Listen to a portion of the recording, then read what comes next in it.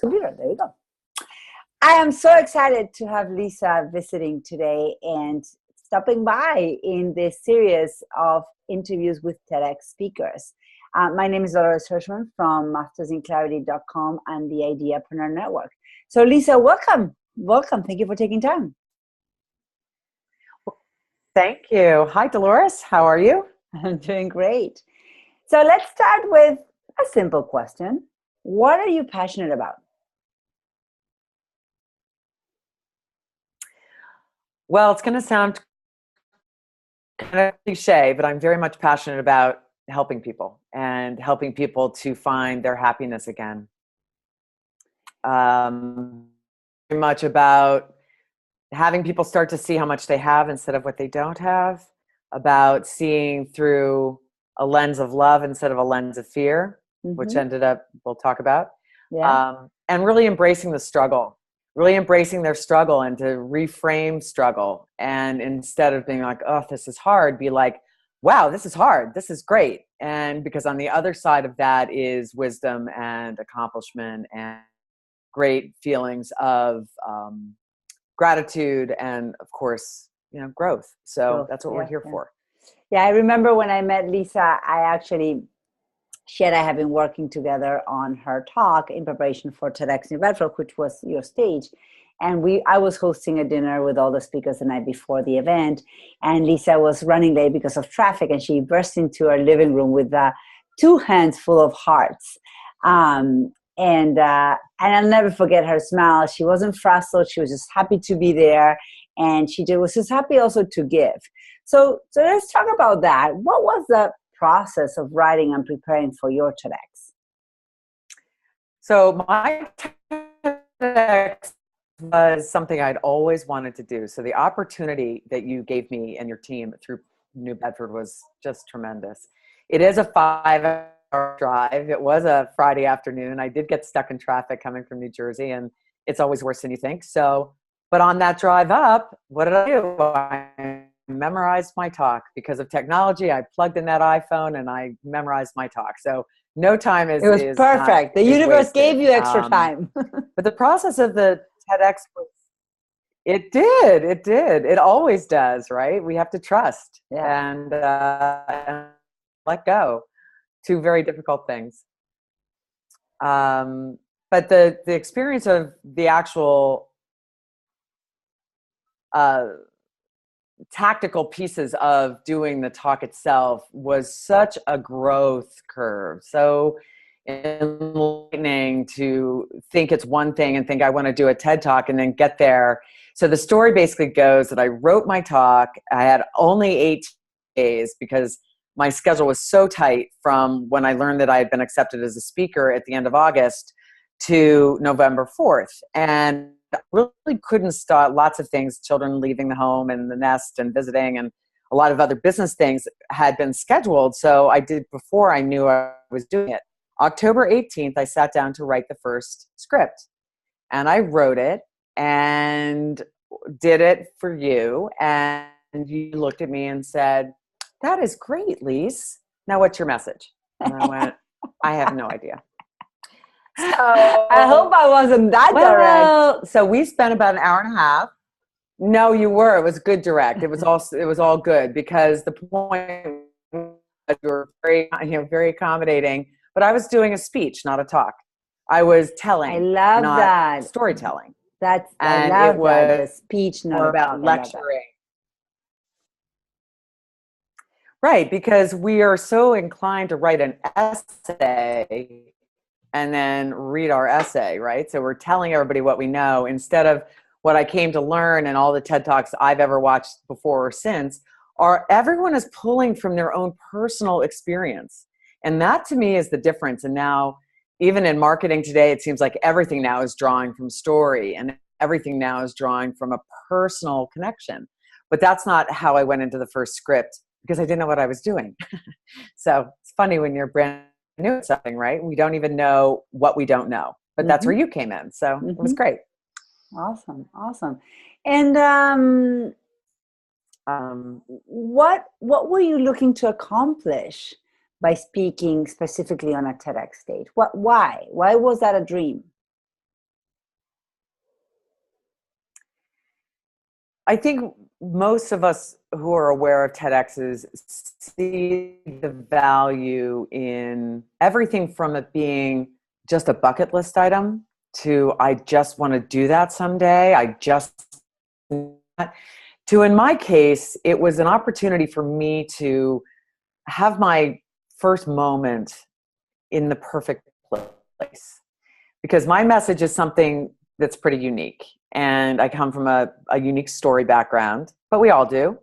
But I have a different experience of it. In fact, my story is about something we experienced collectively that shattered talk more us. about it. Talk more about your story. Talk more about your talk. I will. And I'm gonna introduce it like that. I'm gonna say, my husband Teddy was killed in the North Tower of the World Trade Center and on 9/11. And while that is the most extreme, or one of the most extreme experiences of 9/11, it doesn't diminish what happened to you. We were all in this together. Everyone in this country and globally was affected by this day. So because of that experience in my life personally, it catapulted me into a different place where I just studied everything, the why behind everything. And there's a long story, and that's ultimately a book. But the point is, what I ended up seeing with my experience was, oh my gosh, we have two ways to look at things. We have a choice in this. Is the glass half empty or is it half full? And I think the truth is, yes, some of us our nature is to be one or the other, half empty or half full. But what I saw after 9/11 was so much fear being just settling it in at a DNA level, that we have forgotten that we have this choice of the opposite, which is with us too, which is all the love that's out there. Mm-hmm. But because we're being so propagated into fear all the time, it's kind of like we've forgotten that we can make this shift. And it's just perspective. It's all perspective. We can do it right here, right now. Nothing has to change in your life. You can just do it by deciding to do it 1 hour at a time, one event at a time, one day at a time, and it's just that. So that's what got me on the TEDx stage, was an opportunity to be highlighted in a moment where it said, okay, can we see 9/11 in a new light? Maybe it actually opened our world. Do we have a choice in how we see it through a lens of love, or do we have to see it through a lens of fear? What do we want our future to look like? And maybe this is going to shift it. It was a shock, right? And I think nowadays, even today, I think 9/11 was like for this modern era, like one of the biggest parts. But now, unfortunately, it's more and more and more often. And the question is still the same. Are we going to shrink or are we going to expand? Because of what's happened, because of the many 9/11s that are now happening. You take Paris, you take, unfortunately, there's a lot happening right now because of this fight between fear and love. And in some ways, our job is to lean into love and expand so that fear doesn't take over, because that is the danger. And that's the most difficult part. It's the danger, and it's a natural default, right? Yeah. It's easier to curl up in a corner and hide than it is to step out into the light and decide you're going to fight back. And when I say fight, I mean like warriors for love fight. And that doesn't mean it's going to be like rainbows and butterflies. It means people are going to push against it. And because we get comfortable in our negativity, we get very comfortable there. And when the majority of the world is negative, it's very hard to swim against the stream. But we're out there. And I think anyone watching this broadcast, and I hope most people understand that love is the biggest, most powerful force in the universe. Yeah. It's the one thing we can't truly identify or quantify or explain or physically show, but we all know it's there. Yeah. And we're allowing our primal urges, right? Our very base human urges to run us right now, instead of evolving, as you say, expanding and stepping into those higher realms where you're consciously aware there's something bigger and better here with us too. Yeah. So that's, you know, we have a good fight on our hands. But in my case, and you know, the last comment on that is, you know, 9/11, within days of 9/11, because I am a warrior spirit, I vowed very seriously, without realizing the intention I was setting, that there was no way I was going to let Ted and all the others die in vain, that I would make something good from this if it killed me. And it would be my life's work. Because if we don't, and we leave fear where it is, the terrorists are winning. And that's absolutely not okay. No. We will overcome. And what I didn't know is 16 years later, here I'd be sitting with you talking about this. So it's good. Yeah. And let me ask you this. How does that experience, the TEDx experience, expanded your work, your message, your business? Talk to us about that.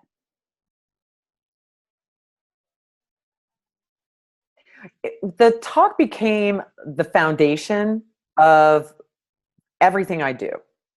It took 15 years of thinking and put it down the funnel. And that is a hard thing to do. And anyone out there with a big concept, with a big story, the hardest thing we can do is decipher it and channel it and funnel it into something, right? Into your message. One idea. And I kept asking you, what is your 6-word idea? And you're like, what? I don't know.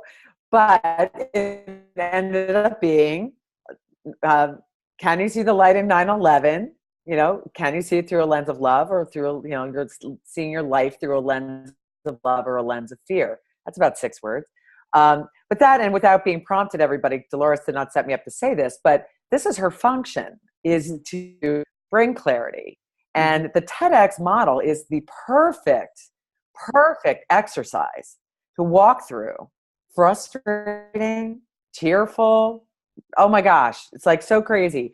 But it's a finite amount of time, and you are going to stand on that stage and you have to memorize it. So you have this massive goal that you're not going to not make, you know, you're and not do it well. You will do it well. And you have to focus. Yeah. And it's almost like that big challenge, but when you think about it, the moment you were on the stage, if you remember, and I remember hugging you as you walked out, I was crying. But when you are that clear, when you're that ready to deliver the message, there's also such full alignment within you that really, while the curve and the journey sometimes can have its bumps, by the time you got on the stage, it just flowed. You were a channel for that message because it was all in alignment. The clarity of the message, the clarity of the purpose, the clarity of the intention, and the clarity about why you were the one talking on that stage. It's true. And what I found remarkable is I really wasn't nervous. Yeah. You know, I actually was number 15 of 16 speakers. There was a peacefulness to it. I had to sit backstage for 7 hours and wait. But in that time, and what I want people to also know is, as much as it's about your journey, you know, what you're learning, this incredible growth curve you're on, this achievement, this goal that is just this dangling out there. What you don't see, and this is a big part of my overall message with my business, if you will, is what I got behind the scenes. I made friends and I got to know people on such a soul level because we were all in the same boat, all about to do a TEDx talk, and we were like brothers and sisters in this event, and the camaraderie around it is just palpable. You can feel it, and the people, you and the volunteers, your team, you know, TEDx's are volunteer based around the country, and it's very much like a family or a corporation. You know, it takes on the personality of the parents or the president or the people in charge. Therefore, you, Dolores, thank you, give this love energy and this positivity out. There's other TEDx's I've been involved or I've looked at that don't have that. very intense and very business oriented and very much about growth and perfection. And you know what? That's a very different energy. And I would have been a lot more nervous. I wouldn't have enjoyed the process as much. And really, what is it about? You get recorded, you have this great thing for your resume, you have this great thing for your website, but the truth is, it's you come out of it and what did you learn from it? And I just got exponential growth from the experience behind the scenes, which I never expected. Yeah, no, and that's what I love about it. I love the on-stage time as much as I love the now time. I'm now preparing for the 11/11 TEDx in 2017. Yes, so yes. Our first group call with a new set of speakers is Wednesday night, tomorrow night. So I'm just very excited to start working with okay. them. Yeah. Oh, yeah. I remember that well. Well, we are 1 week behind, like 1 week later this year. So I bought myself 1 week on this end. Question, who should consider... What? Go ahead. Who should consider speaking on a TEDx? Or even who should consider going through preparing for a TEDx? Because I think Kim Fuller was the one that said, whether you are ever going to take the stage or not, everyone with a message or running a business should write a TED Talk, just for clarity. I couldn't agree more. And I find that would be great if we all had the focus and concentration that we wish we had. So if you have any itch and you have something you think about all the time and you can relate it back to your life, not just opinion and something you see out in the distance, something you've really experienced within yourself, something that woke you up. And that's really the words. What woke you up? Yeah. Whatever woke you up is the foundational story for your TED Talk, I would say. Yeah, I like that. Because that's the alignment. That's coming from higher than us. That's coming from, we're being shown these things to bring them forward into the world. And we all have different messages. We're all unique, right? We know that. So we live in a world that seems to make things the same, but the truth is we're really different. And we're so inclined with so much self-doubt now that we don't think we have value, especially, I'm going to say women, don't really think they have value. But the truth is there is so much value in your life experience as a mother, as a teacher, as whatever you do, as a wife, as a daughter, as a sister, an aunt. Those relationships, each one of those have stories in them. And they have value. And we are not seeing the wisdom that we hold. And wisdom is another very hot topic for us. And that's something our culture is sorely lacking in understanding because we're a very young culture. 9/11 was our first real hit. And too, and Hawaii, of course, but the truth is 9/11 was the first time, and it blindsided us. And it's the first experience we had, continental US, because we've been wrestling between two benign neighbors and two oceans. So nobody could really get to us. Well, we will never be that naive again. We will never be able to be caught off guard. So what that really means is, okay, let's stop being victims for 5 minutes. Let's see what we learned. And the wisdom we got. Now things are a little, we're not as, happily skipping through the forest as we once were, but we're a lot smarter. We did gain. We are better for having lived it in some ways, if we choose to see that. Yeah, exactly. Right. So, Lisa, what else would you want to share to people out there that, as you said, have some message, some idea that has really been with them for a long time and it's time to get it out? What would you want to share with them as a parting words? I think if nothing else, go through the exercise of applying. And don't be disheartened when you don't get them. Keep going, keep trying. I applied.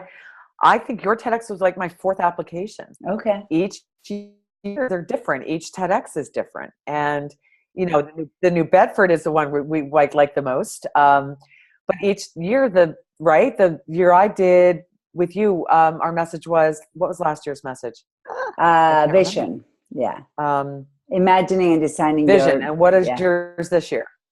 Begin. Right. And I know some begin, and then there's been play. And so each year The you theme is take your different. concept and you put it down that funnel, right? You're going to position it differently, and it's going to resonate more so.